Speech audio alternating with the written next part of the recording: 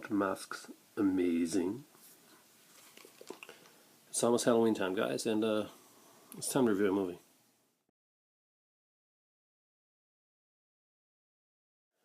Alright, I hope you like the opening. It's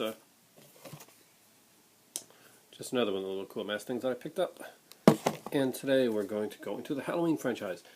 I've been waiting on this one, and I've done little overviews on this before, but I think I'm going to pretty much go through Halloween from first to the last one that was made, and give you my thoughts, more reviews, and afterwards, if we got enough time in here, we'll do a little top 10 or top whatever, how many there are, from best to least. Actually, yeah, okay, we'll start with that. The first film in the Halloween franchise, of course, is Halloween. And I don't want to spend a lot of time on this one because everybody knows and seen this one, and probably during this month have seen it, seen a bunch of reviews on it. What I want to put in on Halloween, and by the way, I'm wearing my comfy pajamas tonight, so sorry guys.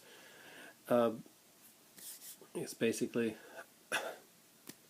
not a lot. There's not a lot I can say that hasn't already been said about Halloween. Halloween is a classic film. It's a film that's highly, the soundtrack really makes Halloween, and it's one of the movies that you can really look at and see how important the score for a film is. On another film, you look at Jaws, look at Star Wars, stuff like that. But Halloween was a smaller budgeted film, so to see like a horror film that dependent on the score. I mean, Psycho had a strong score, but Halloween is just the one when I think about when it comes to like a horror score, and it was a true like faceless terror. The reason the mask was the way the mask was because you could actually project your own fears onto it. It's a very simple psychological tool, and it was used extremely well in the movie Halloween. Halloween 2 was a sequel that basically had to be made. It didn't. John Carpenter didn't necessarily want to make it. That's why I gave the reins over to Rick Rosenthal. Of course, he didn't feel comfortable enough with Rick Rosenthal to just let him do whatever he wanted. He did come back and do some reshoots and put a little bit more of the gore aspect into the film because he felt that movies like were going that way with the popularity of Friday the 13th. We were going to get more of that type of film. Friday the 13th became an influence on Halloween, which had been an influence of Friday the 13th. Again, later on in the franchise. Now, when 3 came out, they tried to do something different. They wanted to do basically a Twilight Zone for the theaters, where you would have a different Halloween-themed movie coming in every year or two. Would have nothing to do with Michael Myers. It would just be unique storylines, and but people going in. This was not in the days of like now DVD and stuff like that. This was in the days of like people were still going to theater to see these things, and a lot of this stuff went on name alone. There was no internet to like hype things up and to go certain ways. People went in looking for Halloween, and a lot of people did not know that this wasn't a Myers film when they went in. And some of the people that did were just kind of hoping for something a little bit different. Nigel Neal's name was attached to this film after all. And Nigel Neal was a famous science fiction writer in England, and known strongly for the Quatermass films, of course, that Hammer actually brought from TV to a film. And even he was disappointed with the way that the film was done. Halloween 3 now is it's a classic kitschy horror type film, but was it a good film? No, it really wasn't a good film, but it was a good bad film. There's a difference, and it helps to know that.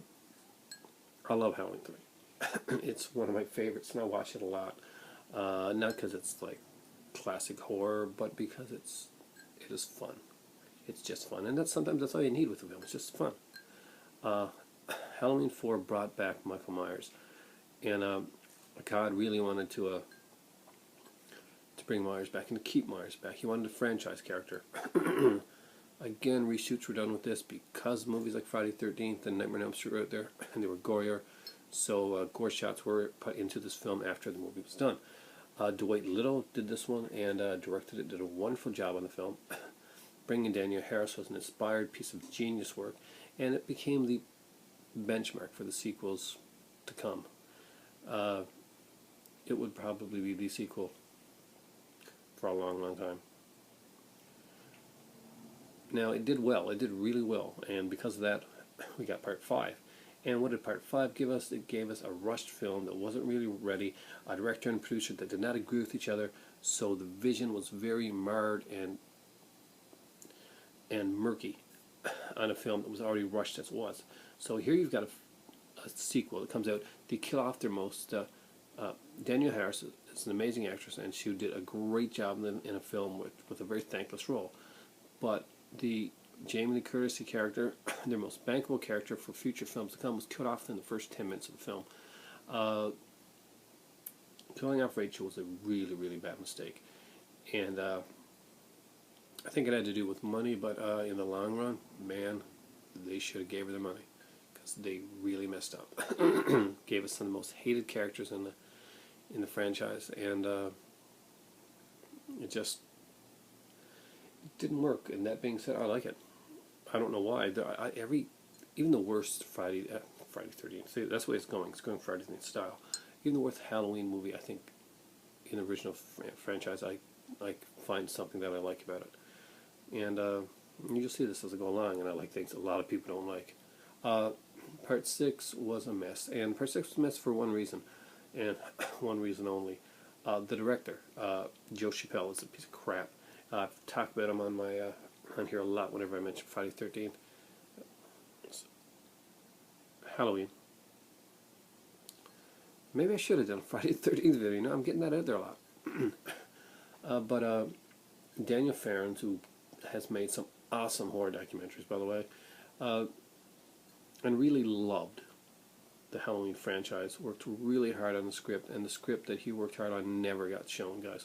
So when you're looking at Halloween 6 and you're looking at the producer's cut and director's cut, and you're still not seeing a great solid movie there, don't blame Daniel Farron, because Daniel Farron wrote a shit ton of endings to that movie for them, and they didn't use any of them. Joe Chappelle treated Donald Pleasance like dirt. He treated the new actress who played Carrie Strode like crap. Paul Rudd was pretty much in short with that working. He said that he wasn't coming back. Luckily, he went on and made quite a name for himself in comedies, working a lot with Judd Apatow.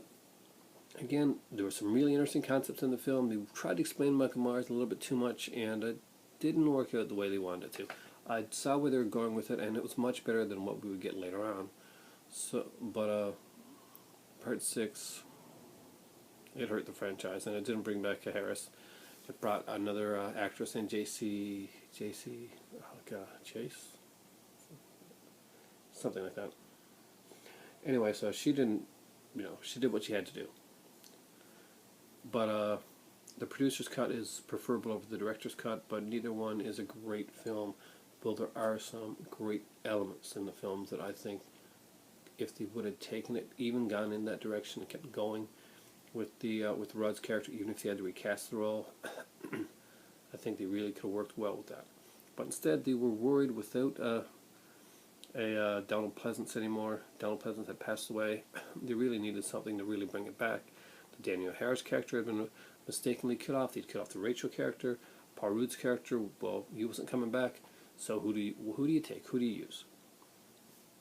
Well, in this case, it's you bring back the girl that became famous with in the first place. You bring back Jamie Lee Curtis. You throw a shit ton of money at her. You get Kevin Williamson, who was famous for Scream, to script it, and you get H2O. H2O was an uneven movie. A lot of people like to heap a ton of praise on H2O because Jamie Lee Curtis. Hi, so I got the chance to go to the House Horror Film and Music Festival. Yeah, I was watching some videos there. That was Melissa Ray's House Horror Film Favorites. Great YouTuber. Liked her vids, and I was just checking out the latest one that she did. She doesn't have a lot on there, but she should do more. Check her out, Melissa Ray. And She got Sea Goblin. Damn, I love Sea Goblin. Now, I lost my focus there for a second. H2O was not the best done film. Let's be honest. H2O was what it was. It was a decent film. It's uneven in parts. The mask is a mess of different masks being used throughout the film. But overall, it's a fairly satisfying film. And anybody that looked at that movie and actually thought that she was beheading Michael Myers at the end of the film. Have you seen the other movies? Have you seen any interviews with Moustapha Akkad? I did not for 1 second think that it was Michael Myers that was dead. Even with Jamie Lee Curtis back, no, I didn't buy it. And I didn't mind that I didn't buy it. It was cool. I had fun with it. Now, the one that gets the most hate in the original franchise is Halloween Resurrection. Is it a good movie? It's not a well-made movie, but is it as bad as people say? Oh, hell no, it's not as bad as people say. Not even remotely. People like to find a movie in a franchise, one person picks on it, it doesn't do as good as the rest, and it becomes like the hip thing to pick on. I'm sorry, it's not that bad. Is it bad? Yes. Do I want to see Busta Rhymes kung fuing Michael Myers? No. Does that take away from the fact that the rest of the movie, that I like the opening. I like the fact that what was going to be originally done with the film. I like the fact that he was going to use a lot more interactivity within the film. That was nicked out of the film, and he basically had to redo his movie on the fly. And with all the crap that was happening behind the scenes, I think that he did a pretty damn good job of it. I actually find it entertaining. Is it a good movie? No, I would never argue that this is a good movie. But if this is in a franchise of many uneven and not very good movies, it still stays to be okay, yeah. As good as some of them. And remember, I love all these movies. But I'm going to be honest about them. I'm not going to praise them where the praise doesn't belong. I'm not going to falsely praise H2O when H2O was actually a very uneven movie, as was Resurrection, but for what they were still decent entries in the film. Now, Rob Zombie's Halloween. I'm not a fan of Rob Zombie's Halloween. I think he completely missed the. I think it was in over his head. He did not understand the concept behind the Halloween films.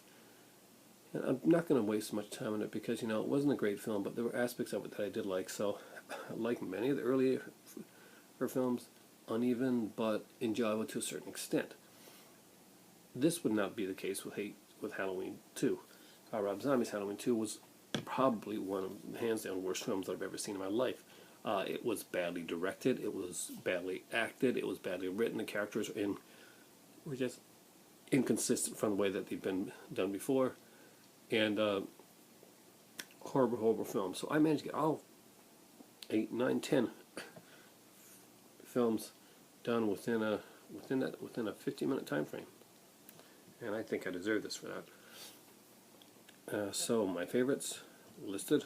I won't be able to do that right now. Maybe I'll do that in another one, or if I can fool around with the editing software, maybe I'll put something in at the end of this here as a list. But right now, guys, I got my comfy pajamas, and it is time for tea.